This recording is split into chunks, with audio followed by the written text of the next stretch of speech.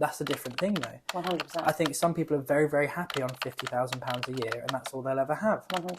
And that's the life they're happy to live and happy to design and happy to create for themselves. That's not where I'm at. It's funny because sometimes I think like maybe I should go back to like a 9 to 5. I can come home, switch off. Yeah. Like I don't have to work weekend, or I don't have to pick up a phone when I'm on holiday, or I don't have to worry about like doing my emails. But I know like when I go away, if I don't just keep on top of it a little bit, when I come back, I'm another 2 days out just doing admin. Hello everybody and welcome to Not Financial Advice with me, Lewis Crompton. And today we have a very special guest, a very good friend of mine, doing a shimmy. Okay. Because I'm a good friend. This is Jasmine. So Jasmine is a property investor, soon to be mother. She was very concerned that people would just think she would put on a bit of weight. Yeah. But no, which is very exciting. So I've not been told I'm a godparent yet, but you know, fingers crossed. No pressure. Depends how rich you are. Yeah, depends how rich you are. Yeah. Well, you know everything. Yeah. So anyway, yeah. I need you to up your game a little bit, and then maybe. God, see, this is why you should not work with friends or children or animals. So yes, Jasmine, thank you very much for joining. Not that you're all I've of got those both. I'm two. Yeah, so thank you for joining us. Yeah. I'll try and keep this on track. So you are a property investor. You have been for a number of years now. 13 years. 13 years, wow. Unlucky for some. Yeah. I'm sure there's been some very good things in there, some quite challenging things in there. Yeah. But right from the start, how did you get started and why? Why did you get started? So my mum was in property and as a side hustle, and it was something that she just did, and I kind of watched her go through peaks and troughs with it. She made quite bad decisions and some great ones, but I understood the principle. And when I went into uni, she said, you should buy a house in your second year, don't pay rent. And it kind of stuck in my head. So I decided to buy a property, and I got my gran to refinance a house. I used that money to buy my then property. It was a HMO, but it wasn't HMOs 13 years ago. Yeah. So it was on a buy-to-let mortgage, and I lived in one of the rooms, and that's where the property journey started. Brilliant. So I think that's always a really interesting thing that people want to know is how did you get the money for that first deal? Yeah. So you said you did it in quite a creative way, actually. Yeah, because I was 19, I had relatively no savings, and I was at uni, so my job was part-time. And yeah, I just got my gran to, well, I said it was a process. Yeah. But my gran is probably one of my biggest supporters. She's my favourite person. I feel like I'm one of her top 3 favourite people. Yeah. So with the help of my mum and a conversation, like to kind of navigate the conversation with my gran, she kind of helped. And I was 19, so my mum had to go as a guarantor on my mortgage. So you get highlights of what people say, and then you get the nitty gritty of actually what had to happen in order to make that first step happen. Do you think it helped from your nan's perspective, having seen your mum go through the property investing journey? No. Not at all? No. I think I think you have to understand like your own family's personalities and dynamics. But because my mum had been so up and down with the investing and the relationship my mum has with my nan and the relationship I have with my nan, it was more so that she understood what I wanted to do and she liked that I was trying. Yeah. But even to this day, I struggle to ask for money. It's a really big block for me. Mm-hmm. So it felt very odd to ask her for hi, can I just have all of your money? Yeah. Thanks. Yeah. Like I'm going to need it for a little while. So how did you handle that emotional responsibility? Because it's obviously not a small amount of money. Yeah. It's someone you really care about. And that's always been something which I've struggled with is the responsibility for other people's money. Yeah. Which is why in the past where people have offered me money to trade for them, I've always said no. Yeah. Because the responsibility that gives me without necessarily an asset backed, it is a lot. And I know it would affect how I would operate and I don't want that. Whereas with property, I've been a lot happier to take people's money. It's weird, isn't it? Because I don't trade, so I can't really say the difference. But even when I purchase property, I'm much more aware when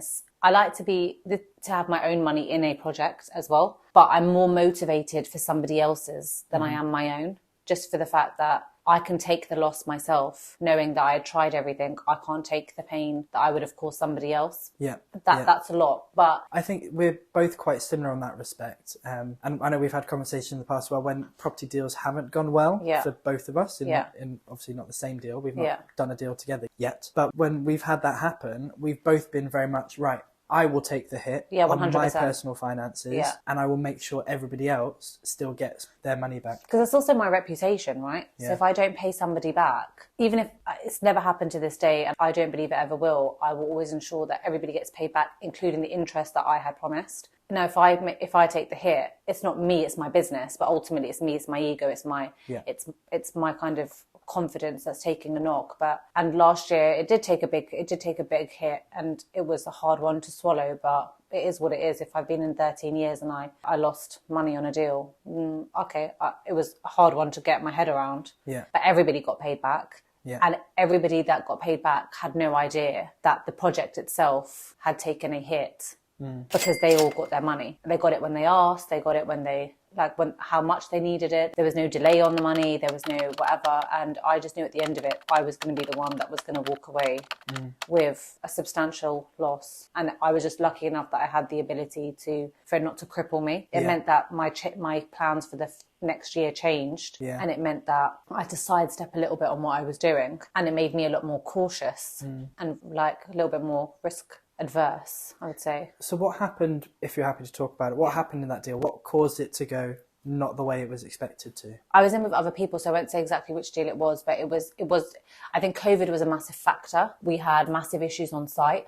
We were off site for about 3 months. That was a massive problem. It took us double the amount of time to sell the property, because we'd gone very high end. So the problem was that when people our target market were one staying put, because it was COVID, they could work from home, they didn't need to kind of move out. Yeah. And also the problem we were having is people were buying houses, not flats, and we had a substantial amount of the same type of units, so we were basically targeting the same buyer. Yeah. Whereas if we had split studio 1, 2, 3 beds, we would have been looking for different kind of buyers. Yeah. So I think that was a massive problem. So do you think that was a problem because of what happened over the time, or if you were to do it again, you would maybe have slightly more diverse types of unit to sell? Both.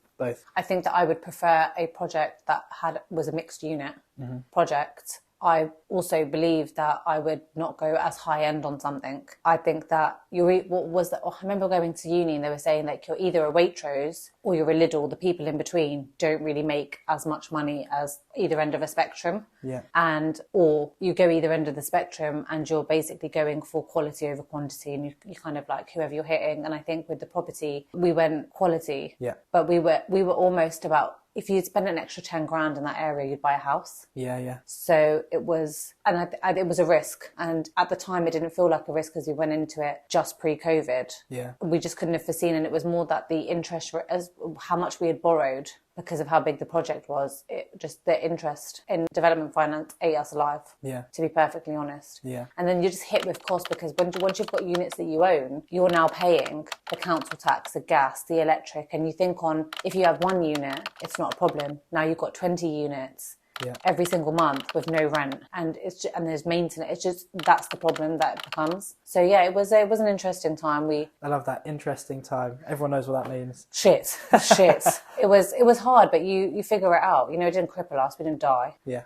We didn't file for bankruptcy. And I think that's a fantastically important thing. And part of what this channel is about is keeping people safe when they go investing. And I think imagine that had been your first deal, you wouldn't recover from that. Never. You wouldn't. And what you've done is you obviously started 13 years ago. You've built up a portfolio, which is a mixture of buy-to-let, HMO and different things. Yeah. So you have cash flow, you have assets, you have... Ultimately, my living was not affected. Yeah. Was my cash pot in life affected? Was my plans for what I was going to do with that money affected? Yeah. Did I have to sidestep? Yes. But ultimately, if you look on paper, I'm still the same. Yeah. I'm still earning the same cash flow. My assets have not been touched. I didn't have to sell anything off. I wasn't pawning my jewellery to make ends meet. I was okay, but that was calculated decisions. That was smartly. And also, I think it's important because who I went into business with also rode the storm with me, also had the same mentality as me. Let's pay everybody else back. We take the hit because it was our project ultimately. And I think had I been with a person or like people that hadn't had that, then I think that I would have also crumbled as a person, because I think morally feeling that I want to pay everybody back, and the people that I'm now in business with don't want to pay them back. How would I have, I don't know how I would have navigated that. Yeah. But I ultimately had the people I was working with had the same ethics, and that makes a huge difference. Joint ethos, joint ethics is so important. 100%. And sometimes you don't know if that person matches your ethos until you hit a hard time. They 100%. Can say they do. Every time I've had a business partner and we've shared out roles and everything like that, it's always been a problem for me. I'm very, very hesitant to go into a JV unless I'm in control now. JV, if you don't know what a JV is a joint venture. You have maybe 2 people or multiple people. Often in property, it's one person bringing the money and one person doing the work. I ended up being both people. Must have gone by yourself. Yeah, exactly. And so what advice would you give to someone who is looking to JV or to partner? What would you say is a good way to find a good match? Because you found a very good match. Yeah. I love my business partner. We work with other people too, but my actual day-to-day business partner is Priya, and it was very organic. It wasn't like we both had our own portfolios and we both had like kind of similar ties in terms of she invested with her dad, I've invested with my mum. We were both looking for challenges. We basically were going to networking events together. We were learning together. We both wanted to grow. And it wasn't that we wanted to grow together. It was that it was nice to have somebody to kind of have conversations with. But she ultimately, I mean, how do you say, like, she was just ride or die. Like, and I saw that in things that she was doing with other people. And I felt like that's also how I am. And I liked her, we were friends. I liked her loyalty. I just liked the way she ethically does stuff. And we literally just became from like networking friends to like friends. As we were learning together, we almost just kind of, it just made sense.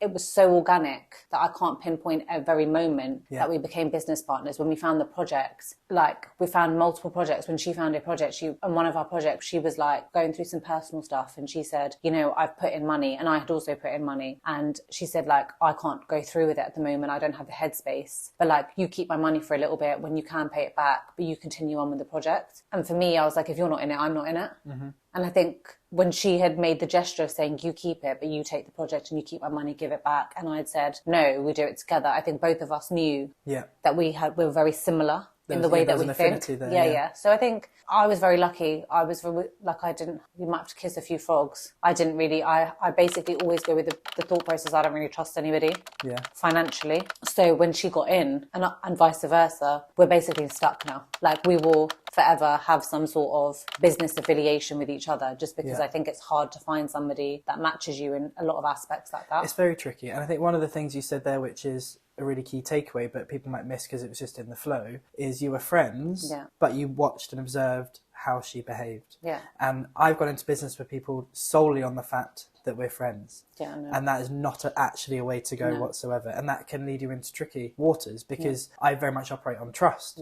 I aim to be a trustworthy person. I do what I say I'm going to do. I operate the way I say I'm going to operate, and I will work my darndest to not let anybody down, which is why I, thankfully, up to this point haven't. But you don't know just based on friendship that that's how somebody operates. 100%. So the fact you were able to watch and observe how she behaved in other deals which you weren't a part of and things like that is so important. I think it's as well like your personality. Like some friendships can handle the pressure. Some friendship, even families, like some family can handle the pressure, some family cannot. Like mine and my mum's working relationship isn't as easy as mine and Priya's was because we work so differently. But the trust was naturally always there. But our communication skills were very different, and our boundaries were very different. So that became the problem. So like it might not be the financial and trust side of things, but I also didn't want her or myself to feel that one wasn't giving in certain senses. So when you said you're financially doing it and you're doing putting all the time in, that was a problem with me and my mum. We had no boundaries. And that became an issue because I wouldn't say something. So sometimes it's not just friends, family, you know, it's not always easy. No. You've got to be very careful. Whenever you're working with somebody other than you, I mean, it's hard enough working with myself, let's be honest, but then bringing someone else into that equation. It's too much. And as we've been talking about today with hormones, especially at the moment, but even when you're not pregnant, you still have bad days, right? 100%. And so when you have to interact with other people, when you're having a bad day and you have to try and temper that, it's very easy for that bad mood to rub off on other people. On everybody, it becomes a tornado. Especially if you're like friends and stuff and you've got like something planned and it can become very, it's messy. So, but we've been very lucky. And I think clear communication and boundaries and clear definitions of roles is really important. 100%. So how did you go from that one property that you had your nan refinance her property for to give you the capital to then 13 years later doing developments? So it's like, it was very, again, I think maybe time was on my side, so I was very organic with it. So I didn't rush. I wasn't buying 10 properties a year and, you know, like refinancing the shit out of everything and then just leveraging up and whatever. I bought that house. I did nothing for 2 years. I lived at uni. I lived my best life. I was still working part-time. I wasn't paying any rent. I was just very free. And then I finished uni and I did a master's and I stayed, and like my house money had paid for the master's. Yeah. And then when I had to refinance out 2 years later, I gave my grand back her money, and at that point it was a different market, so I pulled out quite a lot, especially because it was in the south, so it had kind of gone up in value quite a bit. And I had to buy another house. A friend of mine was buying in Stoke. I was like, oh, that makes sense. I don't want to really look anywhere. This makes, like, I'll just buy there. Yeah. I knew student houses because I was relatively just coming out of being in uni. So I bought like kind of smaller HMOs, like 3-bed, 4-bed HMOs, and just bought a couple. Then I worked full time. So I was literally just whatever refinance money I had, I would pull out the money, and I was almost just that money from the houses was just being saved in an account. And then when I'd have a good amount, I'd go and buy another one. Yeah. And I did that for a few years. It wasn't like, I didn't like it. I really didn't like it. I found it tedious. I found the whole process tedious. I'd get an offer accepted and I'd be like, oh my God, I'm so stressed out. Yeah. This is not fun. Everyone, now, as soon as your offer gets accepted, everybody wants something from you. And like, I was like 23, 24. I was like, oh, I don't want to speak to these people. Like, I still don't want to speak to these people. Like, it wasn't fun, but I'd buy it. It made sense. And then when I hit 26, I'd worked in corporate for a little while. I'd worked with another company, which I won't name. And I was like enjoying life, but it just kind of wasn't. I was just really tired of people telling me like thinking they were better, or, you know, just having an opinion. And I thought, oh, I don't really care. Yeah. I don't want to listen to everybody's rubbish. So I just went full-time property. And then I started doing like bigger London HMOs, and then doing like buy-to-lets, and just kind of changing up a little bit. I was buying in different pockets. Yeah. I had more time I sourced a little bit. I was traveling a lot. I was basically living a life rather than working a job, buying property, and then kind of just like having time to be like not really sleeping or whatever. So then I just relaxed a little bit. I was enjoying traveling. I was enjoying buying property here and there. And then I got bored of what I was doing, and then I went into developments because it's just more of a challenge. Yeah, I can imagine. Yeah, I like a lot more headaches though. 100%. I have grey hair now. Yeah, a lot more headaches. And I think, like you said, when you buy a property and the offer gets accepted, people think that's the hard work, getting it. That's not the hard work. The hard work comes after. Yeah, yeah. You're not committed. And then all these moving parts and machine of property has to kick in. The minute your offer gets accepted, it's basically where you're going to hit. There's like a covenant, or they've got like outstanding debt, and then the lawyer's being long on the searches, or your valuation's being downvalued, or the valuer didn't bloody turn up, or, you know, all this rubbish. Then that all happens. So you've got all these like, admin problems, and then you get to the build, and it's like, oh, it's, you know, we have to do a rewire, or there's actually a leak in the roof, or it's not actually insulated. There's just problem. Yeah. We have to get rid of the whole floor because actually the joists are falling. Right. Yeah. Right. Problem. Like, which in property, problem equals cost. Yeah. There's not like a quick, simple, easy fix for a lot of these things. No. I'd go through like a period that my phone would ring and I'd be like, I can't. Like, I just don't want to. Like, I understand that if I don't pick up, that the problem still exists. But I really just don't want to answer the phone. Like, I don't want to have to solve your problem, which is also my problem, but I don't care. Yeah. Like, I just want a day. Like, It's when you get to the point where your letting agent calls you and you know it's going to cost you money before you even picked up the phone. It's horrible. And it's relentless. And the more properties you get, the more relentless that actually becomes. It's a nightmare. Yeah, I went for a massive phase that I'd just avoid. Yeah. I'd avoid phone calls and I'd just deal with it on email, because then I'm like, I can deal with it in my own time and pretend it doesn't exist, which wasn't really the best tactic. But some days it works, especially if I'm having a bad day, pre-pregnancy. But like if I was having a bad day, like it was just meant that I could deal with it in my own time. But I remember someone saying, like, when you own a business, which if you're running your property business, it is a business. You're not an investor, you're not a developer, it is a property business. You're a firefighter. That's all you're doing, is you're literally just putting out fires 24/7. That's all you're doing. You're solving other people's problems, which actually become your problems if you don't solve them, which is quite annoying, to be honest, because sometimes I feel like I'm also just a paper pusher. I'm literally just chasing people to do their job. Have you done this yet? Have you done this yet? Have you done, like, can you just tell me if you've done job? And that is the other thing as well. People don't realise although you don't have a conventional job, you have a job. If you have a business, unless you are completely extracted from that business, which 95% of people are not and don't necessarily want to be either, then you have a job. Yeah. You're just calling it something else. Yeah. But you're just trading one form of employment for another. And yes, okay, that gives you greater flexibility and everything like that, but you're still just working a job. It's funny because sometimes I think, like, maybe I should go back to like a 9 to 5. I can come home, switch off. Yeah. Like, I don't have to work a weekend, or I don't have to pick up a phone when I'm on holiday, or I don't have to worry about like doing my emails. But I know, like, when I go away, if I don't just keep on top of it a little bit, when I come back, I'm another 2 days out just doing admin. Like, it's actually ridiculous. And I'm not being paid to be away. Yeah. So now I've just been like hit triple. Like, great. This is not a fun vibe for me. Yeah. But you have a balance between, and I mean, for the most part, I wouldn't trade it. Because now, like, obviously I'll have to be at home and I don't have to worry. Like, to be perfectly honest, like, I don't know how women that are pregnant, and even pregnant women that already have children, then go to work. Crazy, like, especially in their first 3 months of pregnancy, I found it amazing. Like, I know COVID has helped, people can work from home, but like, and I was quite lucky, I didn't have a really bad pregnancy. I'm not having a bad pregnancy, but like the first 3 months, but the tiredness, the sickness, I'm like, these poor women have to go to work, come back home, do all this crap, and like go to work and be told by a boss, like, what is this? And now I, like, if I was having a really tired day, I'd just sleep. I could literally just sleep. And that's what I chose to do that day, and I didn't have to worry about it. Yeah. So there is an upside, there's a huge upside, but sometimes you don't see it straight away. Yeah. So I think the hard work will be paying off now, but I might not have seen it in the time that I was doing it. Yeah. But we'll see.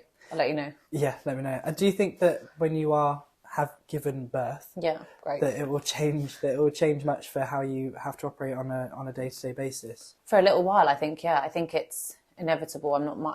Might not be as mobile, or I might not be able to pick up the phone, like, you know, with a screaming child in the back. Yeah. But ultimately, I can still, like, if I'm up at 2 a.m, I can send emails, you know, I can still get back to people. It just means that I don't have to clock in and out. Yeah. I'll get to be able to work on my own timeline. And it might just mean that I don't buy as much in a certain time frame. I'm also lucky because I do have a business partner. So when we are in a project, there are certain things, and we've had this discussion that... You're going to time babies. Well, I think that's a smart thing, isn't it? But don't think life works that way. But it's almost like at the moment that if we have to go to a project and I'm unable to go, then she might have to take on that responsibility, and I might just have to take on more of the admin stuff. Yeah. And that be done on more that I can do it on my own timeline and whatever. Yeah. So I think it will be, as with anything, it's a new change, it's a work in progress, but I don't want to fully stop, because I felt like I put in a lot of effort to be where I am. So I don't want it just to be like, I gave birth and I stopped using my brain and stopped doing stuff, but I also don't want to miss. So if I can factor things to my timeline and my own life, that would be preferable, and I think that's what will happen. And I think that is why so many of us get into some form of investing, because we want to have greater control over what we do with our time. Yeah.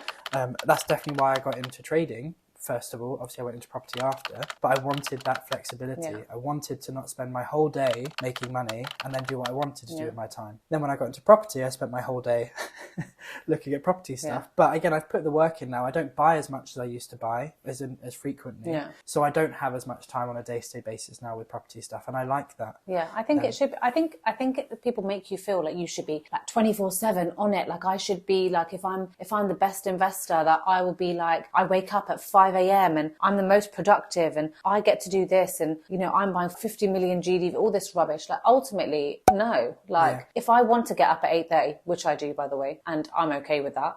Like, some days I get up at 9:30 and I'm okay with that too. I shouldn't feel bad for that. That's the life I decided to live. I sleep like a log and I enjoy it. Yeah. And I'm not, some days I'm tired, but some days I'm not. And I get to choose that. Do you know what I mean? Completely. And I shouldn't feel bad about that. And I'm not buying 100 a year. Yeah. But if I'm buying 5 a year or 2 a year or 1 a year, as long as I'm comfortable, like, that's fine. Like, I think you should be able to live a life that's flexible and happy. And live a life that you want. Yeah. And I think this is the bit that people miss out on a lot as well. Like, we are trying to, in this space, design a life that we want. Yeah. And whether that's property, whether that's trading, I mean, I'm obviously going to say trading is the best one, but I will always put money from trading into property. Yeah. Then what do you want your life to look like? And I don't want my life to look like constant stress, constant work. What's the point? What is the point? It's ego. For me, a lot of the time it's ego. I think a lot of the time people don't actually know why they're doing it. So they do it and they copy somebody else that's gone online and, you know, they've gone on these training courses, but there's nothing wrong with it. But they've designed a life based on someone else's blueprint. Yeah. And then you're like... And what they perceive success to be. Yeah, but success can be anything you want it to be. So I'm not sure,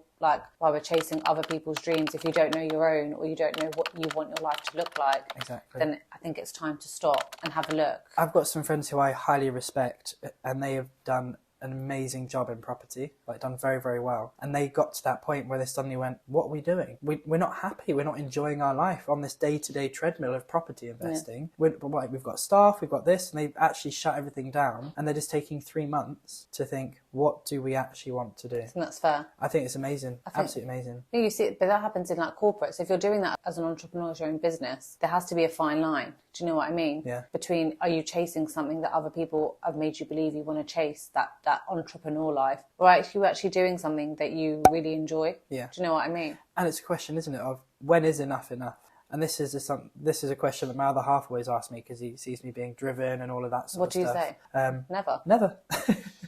But I break into song from Greatest Showman. Stop. Never enough. But for me, I generally do enjoy the process. Yeah. I really, really do. I'm less bothered about the financial success or reward. Yeah. I really enjoy the process. I like building things. I like helping people. I like seeing success come for other people. So I'm always going to be that way. And whatever success I do or don't have in my current incarnation of business or wealth creation kind of doesn't really matter to me because it's about the doing. Yeah. And I enjoy that doing. But I do think I've learned over the past couple of years in this relationship to back away a little bit from the constant push and the constant grind, because I've just realised I don't feel the need to be a billionaire. I don't feel the need to be a multi-millionaire. Not yet, I do feel the need to be a millionaire because of the type of life that I want. Yeah. That's a different thing though. 100%. I think some people are very, very happy on £50,000 a year and that's all they'll ever have. 100%. And that's the life they're happy to live and happy to design and happy to create for themselves. That's not where I'm at. Yeah, not yet anyway. It might change, and I think it's ever evolving. But if you're not designing a life that you want or you choose or you love, then it kind of seems like a pointless exercise. You might as well just work for somebody and get the salary you want. Yeah. And then not have the stress. No. Not have the worry. No. It does feel almost like an entrepreneurial burden that you're constantly trying to achieve something. Yeah, yeah. And there is often an element of like, why? What am I really trying to achieve here? But the drive is still there. 100%. People don't tell you though, like they think it's so glamorous. Oh my God, you're a property investor, you're a developer. Oh, what do you even do? You just collect rent every month. Like, yeah, okay. Like I think property investors 30 years ago, that was what it was. Everything was easier. It's harder now. There's a lot more rules. There's a lot more competition. There's a lot more stuff. I'll be in the car, like my husband will be driving, and I'll be like, I've got to do, like I've got to send it. Like it's so important. Yeah. Like I'll be in the car hotspotting my phone, like sending an email, like on the way to like date night. Yeah. Like I'm like, I have to, like it has to be done. Or I'm at the airport making quick phone calls. Have you sorted this out? Like I'm not chill. Yeah. I might be on the plane sometimes, like doing my social media posts because I'm like, this is a good use of my time. Yeah. I don't get to, some days I get to like, I'll go get my nails done in the middle of a day on a Tuesday because I can and there's nobody there. Yeah. But there the trade-off 100% is those calls in the car. Because I can't time them. Yeah. I don't know when they're coming. Exactly.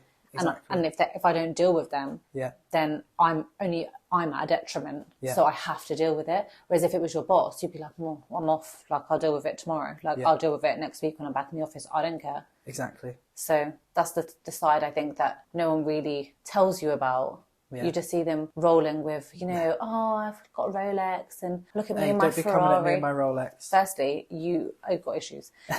I also own one, but I feel like it's not like, you don't put it on there to be like, that's not what your life is. Yeah, yeah. Do you understand my point? Yeah. Like, we don't entice people to say like, being an entrepreneur is about having these materialistic things, or I got to fly first class because I'm so smart, and look at me spending all my Amex air miles because I bought property with my, like, shush. Yeah, like naming no names. No, but the people do it, and it's fine. Like it's up to them, and I get that people. That's what entices people into it. Like, and I understand that people are volatile that way. They like it, and they like the shiny penny. But you get the shiny penny, and you realise that it's fake. Like there's more to it. Like it's not you blink your eyes and shit just got real easy. Like it's not that way. It's so much effort, and it's if you cannot deal with being on a roller coaster emotionally, being in investing is not for you. It's not for you. It's not for you. You will not hack it. You will drown. You will emotionally drown. Yeah. But if you can, then it can be definitely worth it. Yeah, and it is tough. It is an emotional roller coaster. Yeah. I mean, I've worked with people in the past in investment stuff, and they shouldn't be investing. No. Because they can't hack it emotionally. And I'm not saying, like, trying to rubbish anybody who's got mental health problems and things like that. No, if you're an alcoholic, you don't go to a bar. Yeah. Do you know what I mean? If you struggle with your mental health, and I struggle with my mental health, but I can control it to a point where I can still keep going. Yeah. If you cannot control your mental health to the point that at this stage in your life, because nothing is forever, but if at this stage in your life you are not at a point where you control yourself emotionally and keep going, this is not for you, because it will send you over the edge. Yeah. And you're allowed to take your foot off the brake and whatever, and you can have a support system, all that rubbish. But ultimately, some people, like, their decision making skills, just how they're just, it's just not fit. Yeah. And that's okay. Like, not everybody is made to be an entrepreneur or own a property business and deal with people like that. And there are ways you can be in property or in trading. Exactly. Yeah. And it doesn't have to be in the way that everybody else is. You've got to really look at yourself, and I think you have to know yourself. Yeah. Are you strong enough to, like, weather the storm? Because some days I'm not sure I am, but I'm in it now. Like, I'm 13 years deep. I have to commit. But there are some days I think this is rubbish. Like, what is this? I just sold a dream. Yeah, exactly. Completely and I'm not sure the dream was. And I'd also say sometimes the only way to find that out is to try. Yeah, 100%. But let's try low risk. 100%. Don't be like, oh my God, like this person bought like a 20,000 square foot building and I'm going to do commercial conversions, but actually, like, I work in banking 9 to 5. Yeah. And now I've decided that I'm going to be a developer. Or, okay, this makes no sense. Yeah, like, probably not the best. We need to just take like a baby step. Yeah, yeah. And just kind of, like, cut your teeth a little bit, you know, like, see what's going on. But sometimes I think you always got to remember as well, the blame is only on you. Yeah. Like, I lost money in a deal. That blame had to be, I had to take blame for that. I took ownership of it. And if you're unable to take ownership of mistakes and decisions, because sometimes it's not even your mistake, it's a decision. Yeah. It was a risk you took. If you can't take ownership, you're going to, it's not for you. So final question then. Okay. So with everything you know now and all your experiences, what would you say to yourself as you bought that first property? Don't do it. Run. Run. What would I say? I don't know. Like, I don't know, because my journey's been my own. Like, I wish I'd been a bit more confident in myself. I guess I let a lot of people get in my head, which has been like a real big struggle for me. The more I let you get in my head, the more I'm defensive. Yeah. It's taken me a long time to kind of, like, really not care. Honestly not care what other people think of where I am at, what I have, what I've done, what I haven't done. Yeah. Like, I just don't care anymore. Like, until you pay my bills. Yeah. Until you have to financially do something for me. Yeah. Then I don't really care for your opinion. Yeah. It's taken me such a long time to get there. That's brilliant. I think it does take time to get there. Yeah. But some people are naturally born with it. They are. Yeah. I'm very jealous of those people. I'm jealous. My husband's that person. He don't care. Yeah. And I love that. Yeah. Because I care. Like, I genuinely cared. Yeah. But I'm like, but I'd pretend I didn't. But I'd be like go home sobbing. Yeah. Like, but now I don't care. But it took me such a long time to get there. It's like the most freeing feeling when you get there. The decisions you make are truly based on what works for you or what you like or what's financially good. Yeah. So I think that would be it. Brilliant. Yeah. Awesome. Well, thank you very much for being on the channel. Cheers. And I don't know quite how to end the conversation. Now he's going to feed me. Yeah. And now we're going to have some food. So thank you very much for checking in. This has been Jasmine. This has been. I'm no longer Jasmine. This is now Jasmine then. Yeah. This is now Lewis. Yeah. So thank you very much for joining us, and tune into the next video. Speak to you soon. Bye bye.